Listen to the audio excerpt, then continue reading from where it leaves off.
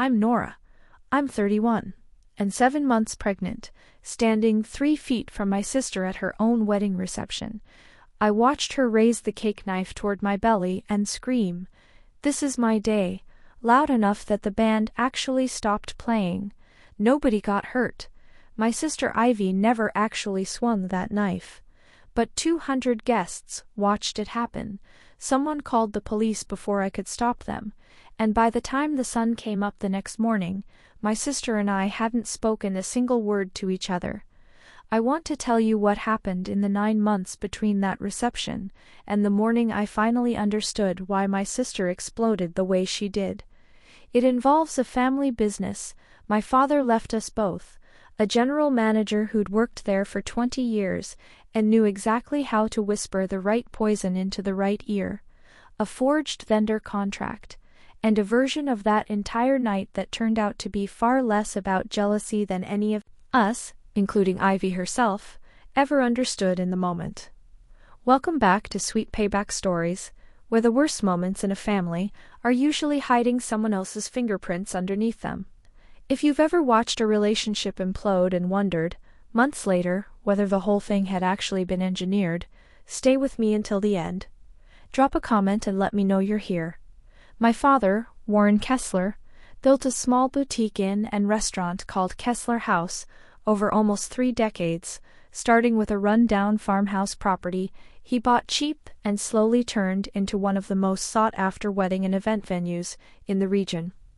I went to work there straight out of hospitality school, learning every part of the operation from the ground up: events, vendor relationships, the books, all of it. My younger sister Ivy loved the place too, in her own way, but her path took her elsewhere for most of her 20s, into a marketing career she genuinely enjoyed, visiting Kessler House mostly for holidays and the occasional favor when we needed extra hands during a big event weekend. When our father died of a sudden heart attack 14 months before Ivy's wedding, he left the business in a trust that named me majority trustee and owner, 60% to my 40, based, I understood from his attorney afterward, on my decade of hands-on operational involvement compared to Ivy's more occasional participation. I don't think he intended it as a judgment about which daughter he loved more. I think honestly he simply ran out of time to explain his reasoning to either of us clearly before his heart gave out on an ordinary Tuesday morning, and that unexplained gap ended up costing all of us more than either Ivy or I understood for a very long time. I remember sitting in Marcus Felt's office the week after the funeral, half listening as he read through the trust's provisions, still too raw with grief to fully absorb the specific percentages he was explaining. Ivy sat beside me that day, quiet and pale, and I remember reaching for her hand at one point without either of us saying anything, both of us simply trying to get through an hour neither of us had wanted to be sitting in. I wish, looking back, I'd paid closer attention that day to how carefully Ivy asked her follow-up questions about the operational involvement clause, how many times she circled back to it before we finally left that office. I didn't understand yet how much that particular detail was going to end up costing both of us. Ivy and I planned her wedding together that year with real warmth mostly, despite an undercurrent of tension neither of us fully named out loud. She'd get short with me sometimes over budget questions, snapping once early in the planning, "It's easy for you to say the flowers can wait, Nora. You're not the one who trust distributions keep getting delayed." I remember being genuinely confused by that comment. As far as I knew, distributions had been going out on schedule to both of us, exactly as the trust specified. I chalked it up to wedding stress and let it go, not yet understanding that delayed distributions wasn't a phrase Ivy had invented entirely on her own. I tried, a few times over those months, to bring the comment back up gently, wanting to understand what specifically had frustrated her. Each time, Ivy waved it off, saying something like, "Forget I said anything, I'm just stressed about the budget," and steering the conversation back toward centerpieces or seating charts. Looking back, I recognize now the specific pattern of someone who's been given just enough doubt to feel resentful, but not enough concrete information to actually confront the person she's resenting directly. At the time, I just felt a low, persistent unease I couldn't quite name, the sense that some thread of our relationship had gone slightly taut without either of us being able to point to exactly when or why.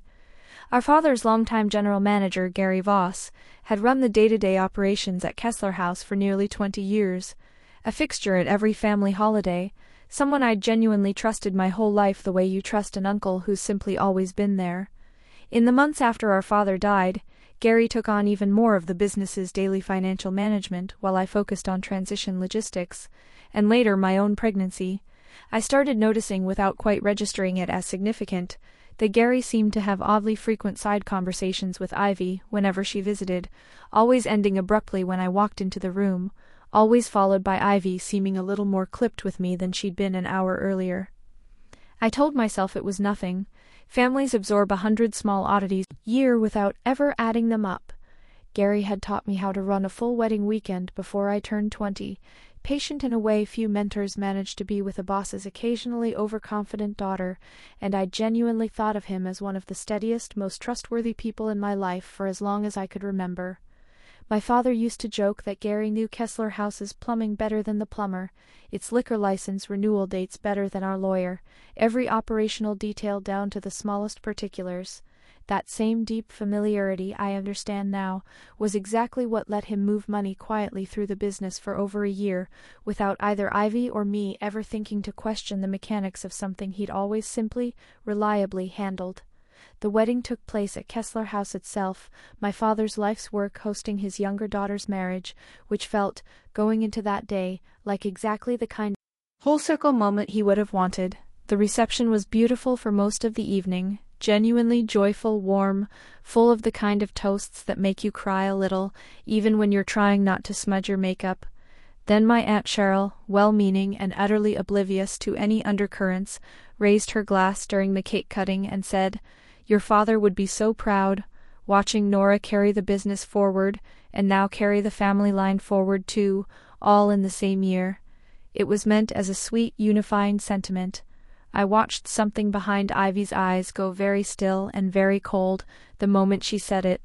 The band had just started playing something soft for the cake-cutting moment, guests gathering close with phones raised, and I remember, in the half-second before everything shifted, still smiling, still fully present in the joy of the evening, having no idea that a single well-meaning sentence from our aunt was about to detonate something that had clearly been building in Ivy for far longer than that one toast. My mother, standing just behind Ivy, later told me she saw it too, a fraction of a second before anyone else did. The particular way Ivy's shoulders squared, the way her jaw set, a look my mother said she recognized from Ivy's childhood tantrums, but had never once seen carried into her adult, composed self, not until that exact moment. What happened next unfolded in less than 30 seconds, though it stretched much longer than that in my memory every time I replay it. Ivy's hand, already holding the ceremonial cake knife, tightened around the handle. She turned toward me, tears streaming, voice raw in a way I'd never once heard from her, and screamed, "This is my day," gesturing the knife sharply in my direction, close enough to my belly that 3 separate guests lunged forward at once. Her new husband grabbed her wrist, my cousin pulled me backward. Nobody was hurt, not physically, but the entire room had gone silent except for someone's sharp, frightened gasp. And somewhere behind me, I heard a stranger already on the phone with 911. I want to describe what those 30 seconds actually felt like from the inside, because I think it matters for understanding everything that came after. Time didn't speed up. It slowed down, strangely, every detail arriving with an almost unbearable clarity, the specific silver glint of the knife catching the string lights overhead, my cousin's hand gripping my shoulder hard enough to leave a mark, my own hands moving to cover my belly entirely on instinct, before my mind had even caught up to what my body already understood it needed to protect. I don't remember screaming, though several guests told me afterward that I had. I remember mostly an overwhelming animal stillness, the specific frozen quality of a body deciding, faster than thought, exactly how urgently it needed to move. I want to be honest that in the immediate aftermath, sitting in a side room with a police officer taking my statement while my hands wouldn't stop shaking, I genuinely didn't know what I wanted to happen next. Part of me wanted to protect my sister from whatever consequences were about to land on her. A much larger part of me, 7 months pregnant, and still feeling the ghost of that knife's arc toward my body, couldn't stop shaking long enough to form a clear opinion about anything at all. The responding officer told me, gently but plainly, that given the circumstances, a weapon, a pregnant victim, multiple witnesses, the district attorney's office would very likely pursue charges regardless of my personal wishes, and that a protective order request was standard procedure in situations like this one. My husband Theo sat beside me the entire time I gave my statement, one hand resting lightly on my back, not saying much, just staying present in the specific way he's always been good at during the hardest moments of our life together. At one point, the officer asked me directly whether I felt physically safe going home that night. A routine question, I understood later, standard in cases involving a weapon, but one that landed with unexpected weight given I was talking about my own sister. I remember the strange, disorienting effort it took to answer that question honestly, torn between the plain physical truth of what had just happened and every year of love that had existed before those 30 seconds. The weeks that followed fractured our extended family into quiet, uncomfortable camps. Ivy was charged with menacing, a criminal charge for brandishing a weapon in a threatening manner, even without physical contact, and a temporary protective order was issued requiring no direct contact between us while the case proceeded. My mother oscillated between defending Ivy as clearly not herself that night and apologizing to me in the same breath. Ivy's new husband sent one brief, formal text on her behalf in the first week, and then nothing. I went from planning my sister's wedding beside her to being legally barred from speaking to her, all within the span of a single terrible evening, and I spent much of that pregnancy's final trimester in a kind of low, constant grief I didn't fully have words for. I started seeing a therapist that fall, mostly at Theo's gentle insistence, someone who specialized in trauma and family estrangement, and I remember describing to her, in one of our earliest sessions, the strange specific guilt of grieving a sister who was still alive, still just a few miles away, but functionally unreachable. She told me that ambiguous loss, the grief you carry for someone who's absent but not gone, often proves harder to process than a clean, final loss, precisely because there's no clear ritual for it, no funeral, no closure, just an open, unresolved ache that doesn't know what shape to settle into. I thought about that description often during those months, sitting in Kessler House's office going through paperwork alone that Ivy and I would once have reviewed together over coffee.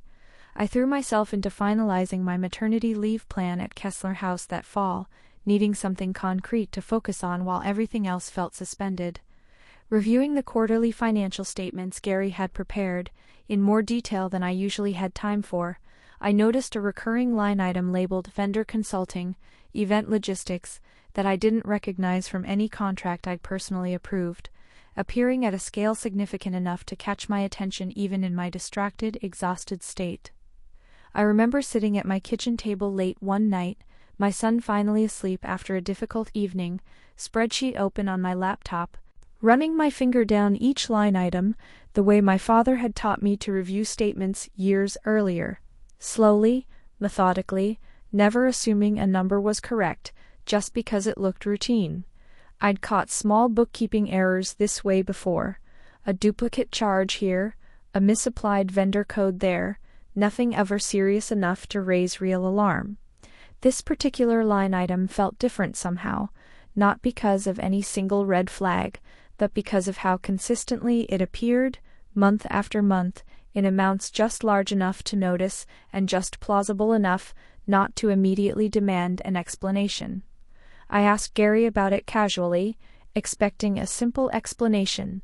He offered one readily enough, a logistics consultant he'd brought on to help manage the increased event volume, someone whose invoicing, he said, runs through a slightly different process than our usual vendors, nothing unusual. I was tired, heavily pregnant, and genuinely wanted to believe the simplest explanation available. I nearly let it go entirely, filing the conversation away as one more administrative detail I didn't have the bandwidth to chase down properly that season. I mentioned the whole exchange, almost as an afterthought, to my old hospitality school friend Priya during one of our semi-regular catch-up calls, expecting nothing more than sympathetic small talk about the general chaos of running a business while pregnant and estranged from my only sibling. Priya, now a forensic accountant, went quiet on the other end of the line in a way I recognized instantly from years of friendship as her "something's actually bothering me" silence. "Can you send me a redacted version of that statement?" she asked. Purely out of curiosity, vendor names like that sometimes turn out to be exactly what they sound like. Sometimes they don't. A friend from hospitality school, now working as a forensic accountant, offered to take a quick look at the statements over coffee one weekend, mostly out of professional curiosity rather than any real suspicion on my part. She came back to me 2 days later with her eyebrows raised. "This vendor, Meridian Logistics Consulting, I can't find any actual business registration for it anywhere public, and the payments have been going out monthly, pretty steadily for about 14 months now." 14 months. I sat with that number a long moment, doing the math, realizing it lined up almost exactly with the period since my father's death. Her deeper dig over the following 2 weeks traced Meridian Logistics Consulting's registered address back to a residential property owned by Gary's brother-in-law. The total payments, once she'd pulled every instance across those 14 months, came to just over $180,000. Money quietly bled out of Kessler House's operating accounts under a vendor name that, as far as either of us could determine, didn't correspond to any actual services being rendered at all. Priya walked me through her findings over video call, screen-sharing a spreadsheet she'd built herself, methodically color-coded the way I remembered her organizing her old study notes back in school. "Here's what makes this particularly clean, if you can call fraud clean," she said. "The payments never spike, never draw attention. Whoever set this up understood exactly how to keep it under whatever threshold might trigger a closer look at a quarterly review. That's not a careless mistake, Nora. That's someone who's done this kind of thing before, or at least understood the mechanics well enough to make it look boring on paper." I sat with that description a long time after we hung up, feeling less like I'd caught an error and more like I'd stumbled onto the edge of something considerably larger and more deliberate than I'd been prepared for. I sat with that number in my kitchen for a long time, my newborn son, asleep in the bassinet beside me by then, trying to reconcile the man who'd taught me to run event weekends as a teenager with a man apparently capable of quietly draining nearly $200,000 from my father's life's work in barely over a year. I thought, too, about Ivy's comment months earlier about delayed distributions and felt a slow, cold suspicion start to form about exactly where that particular idea might have originally come from. Going back through old shared business emails with my accountant friend's help, we found a thread from 4 months before the wedding, Gary writing to Ivy directly, in language carefully calibrated to sound helpful rather than manipulative. "Just a heads up, distributions have been running a little slower than they should this quarter. Might be worth asking Nora directly what's going on with the accounts, since I don't have full visibility into her side of things." I read that email a dozen times, understanding, with a sickening clarity, that Gary hadn't simply been embezzling quietly in the background. He'd been actively planting seeds of suspicion in my sister's mind, month after month, using the exact kind of vague, deniable language designed to make her doubt me without ever putting himself directly in the line of fire. There were 3 more emails in that same thread, spread across the following months, each one following a similar pattern. A small, seemingly helpful observation, always framed as concern rather than accusation, always steering Ivy's attention toward me rather than toward himself. In one, dated barely 6 weeks before the wedding, he'd written, "Don't want to overstep, but I noticed Nora approved a pretty significant equipment purchase last week without looping either of us in first. Might be worth asking her directly how she's making those calls these days. Remember that equipment purchase clearly, a walk-in cooler replacement, fully documented, approved through the exact process the trust required." Gary had known that. He'd simply chosen to describe it to Ivy in a way designed to sound secretive instead. Here's what I finally understood, sitting with that email thread open next to the forensic accounting report. The explosion at Ivy's wedding hadn't come from nowhere. Ivy had spent months being quietly, deliberately fed a false narrative about my supposed dishonesty regarding money that Gary himself was actually stealing, all while our aunt's innocent toast landed on a wound that had been carefully, patiently cultivated for over a year. None of that excused what Ivy did with that knife. But it meant the story I'd been telling myself since that night.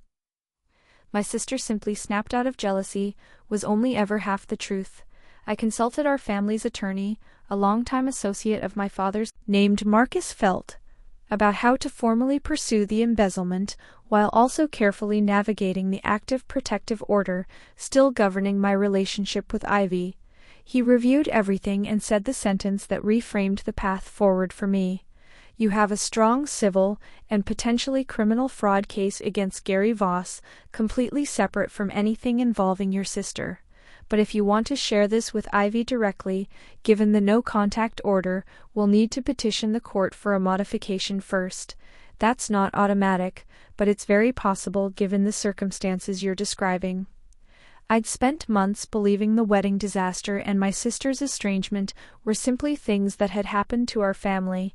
For the first time, I understood there was a version of the truth that might actually let both of us understand what had really happened if I was willing to do the difficult, careful work of pursuing it properly. Marcus asked me, near the end of that first meeting, how confident I felt about my own footing in all of this, given everything I was still processing personally.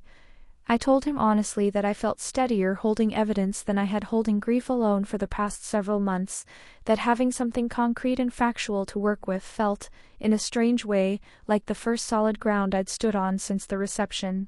He nodded, gathering his notes, and said that was a common thing he saw in cases like this, people finding a kind of clarity in documentation that pure emotion alone had never quite been able to offer them. Marcus laid out my options plainly. I could pursue the fraud case against Gary, quietly, keep Ivy entirely out of it, and let the protective order simply run its natural course without ever revealing what I'd found. I could send Ivy a carefully worded letter through the court-approved process, laying out the evidence, without expecting or requesting a response. Or I could formally petition for a modification allowing limited, mediated contact, understanding that reopening any communication with my sister carried real emotional risk, both for my own healing and for hers. I thought about that 30 seconds at the reception, the knife's arc, my hand instinctively moving to cover my belly. I thought about the email thread, Gary's careful, deniable language, my sister absorbing month after month of manufactured suspicion about me. I understood, sitting in Marcus's office with my son sleeping in his car seat beside me, that I couldn't simply pursue justice against Gary in a vacuum without at least giving my sister the chance to understand what had actually happened to both of us. Theo and I talked it through for most of a weekend, the same way we'd talked through nearly every major decision since that night. He asked me, gently, whether I was doing this because I genuinely wanted my sister back in my life, or because I felt some obligation to fix things, simply because I now had the information to do it. It was a fair question, and I sat with it longer than I expected to before answering. Both, I think, I finally told him. But mostly the first one. I miss her. I've missed her every single day since that reception, even during the months I was also genuinely afraid of her. He didn't try to talk me out of moving forward after that. He just told me he'd support whatever pace felt right, and that he trusted me to know the difference between hope and denial better than anyone else could from the outside. I chose the mediated letter first, cautious, but wanting to open the door rather than force it. Marcus helped me draft it carefully, factual, evidence-based, free of blame, laying out the forensic findings and the email thread exactly as they existed, without demanding forgiveness or even a response. Didn't know, sending it through the court-approved channel, whether Ivy would read it as an olive branch or as one more thing to be angry about. I only knew I couldn't keep carrying the incomplete version of that night any longer, for either of our sakes.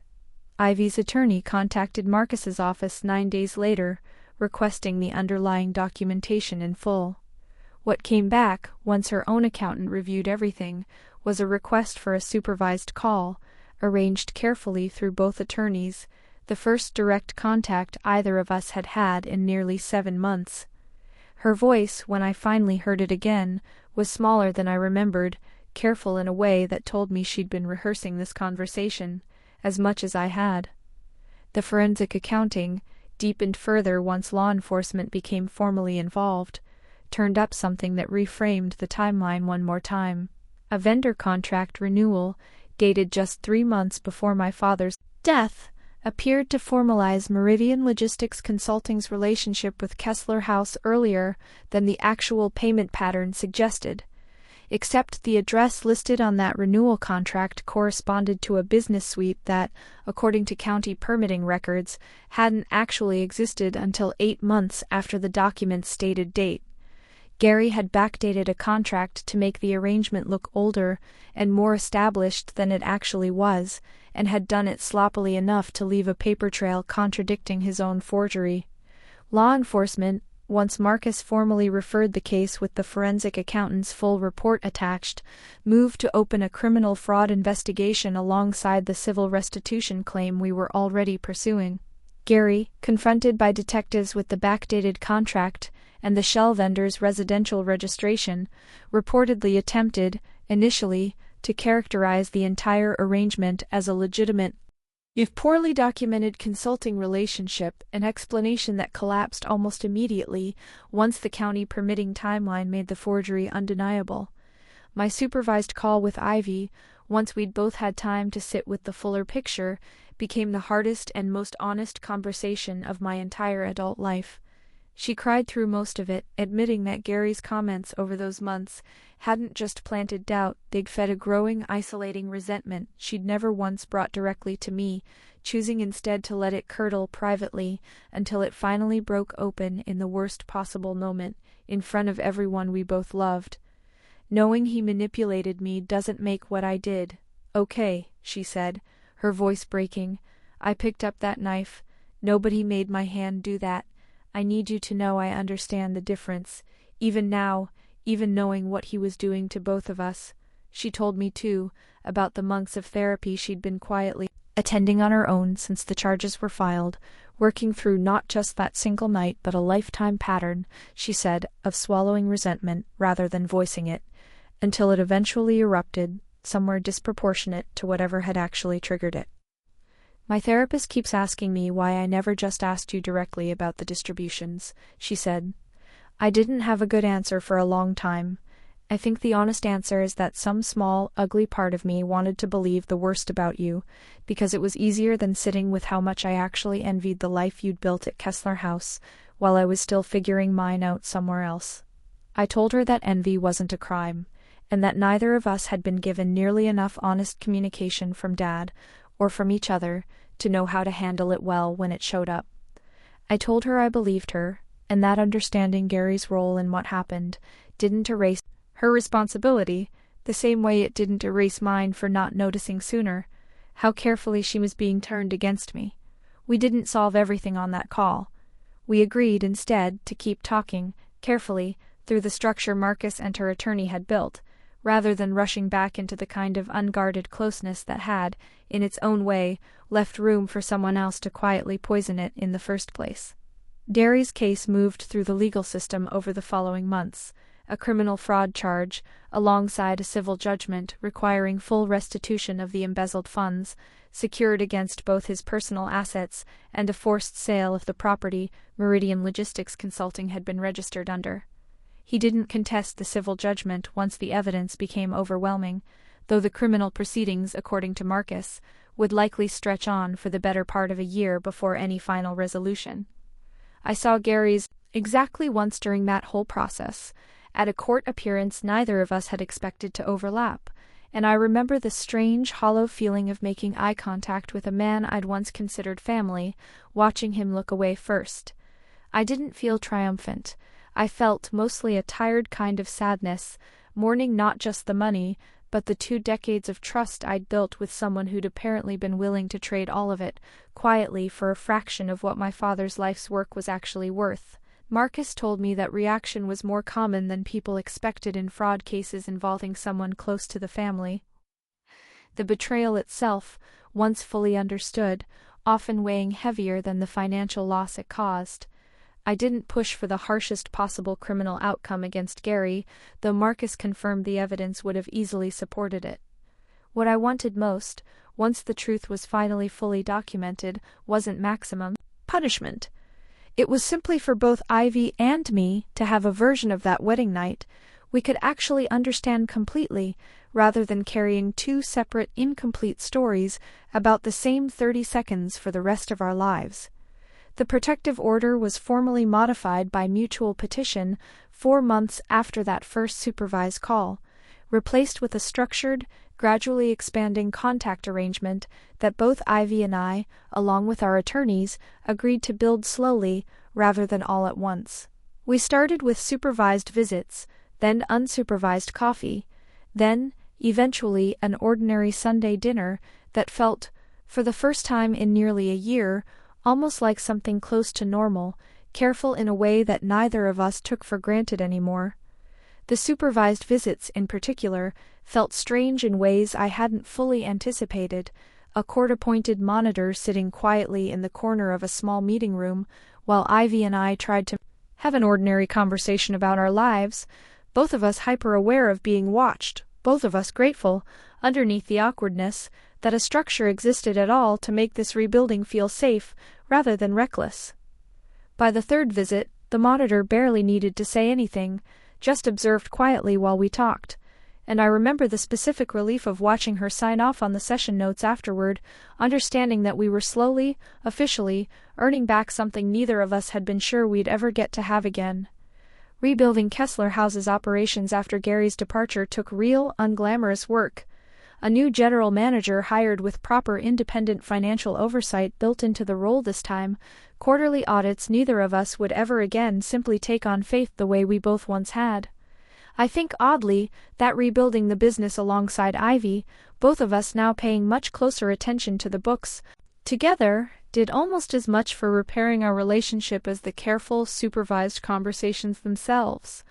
We hired a new general manager that winter, a meticulous woman named Karine with a background in hospitality finance, who insisted from her very first week on a level of documentation and dual sign-off Gary had never once required of himself. Ivy started coming in one afternoon a week to review the books alongside me, something neither of us had ever done together before, and I remember the strange, quiet satisfaction of the two of us sitting across from each other at our father's old desk, going line by line through a quarterly statement, catching a minor billing error together within the first month, simply because we were finally both actually looking. It felt less like auditing a business and more like two people slowly relearning how to trust each other's eyes on the same page.